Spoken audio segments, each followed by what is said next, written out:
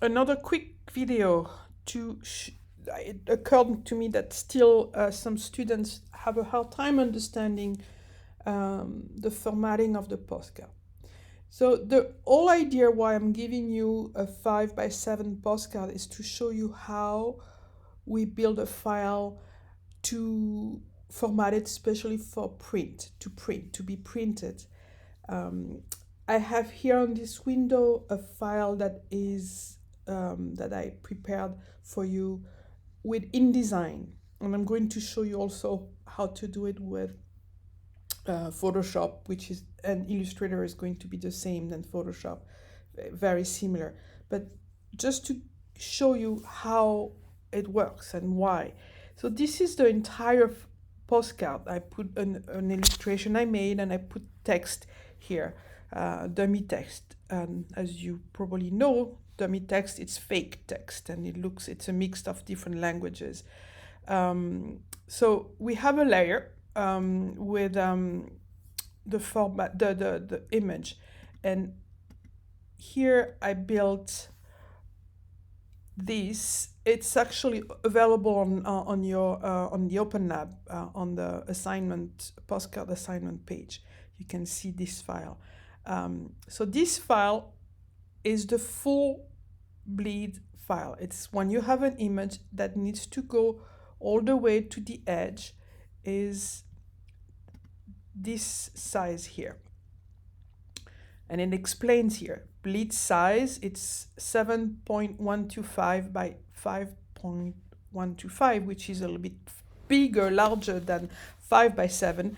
It's to give some space, safety, what I was calling the bleed, explaining the bleed on one video, which it gives room for the printer to be accurate in the size, and if the blade that will cut 5x7 is not exactly 5x7 but goes a little bit to the right or to the left or to the top, it gives some margins and safety to the not being too precise. So you always, when you have a full image on a format, no matter what the format, you need to have a bleed, a little bit excess of size. I put 0.125. It can be less, it can be small. It doesn't really matter. Some printers, they ask you how much you need to put extra. So this is the bleeds, the safety. So when you build your format, it has to be larger than 5x7. The trimmed postcard is going to be 5x7, which is the red frame here. That's at the end, you won't see the orange frame. It will look like the red frame size, which is the real 5x7 size.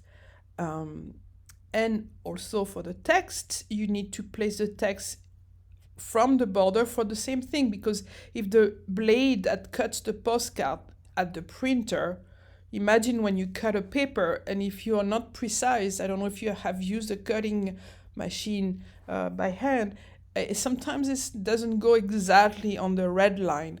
So you need some safety space to the edge, and I reduce it. I also put 0.125.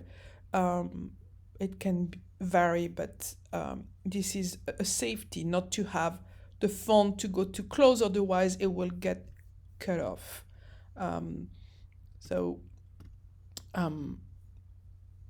That's the way the postcard is going to look at the end. You'll have a little safety. And of course, I hope you are understanding that these colorful lines are just to give as example. They are not going to be seen on the postcard. So I hope you understand this. Now I'm going to show you how I build the same thing with Photoshop, which is better than I mean, in InDesign, you do it's much better. It's built for that. InDesign is really built for printing, mainly for printing. In Photoshop, you have to build your own image. So I do Command New to build a new file. I can go to print and choose, letter size. But let's do 7.125 and 5.125, always 300 dpi for printing. It's different when you do online, when you build JPEGs, images to go on online usage pages. 72 dpi is enough. 300, but we talked about it during the class. I can remind you that too when I'll do the quiz prep. So here it is. That's the page. And what I usually do myself by hand, because it helps me, it guides me, I just do 0.125. You see the number, and then another 1.25 on the top left, and at the bottom, you see the guides here actually tell you. So you have a little safety lines, guides. You know what to do.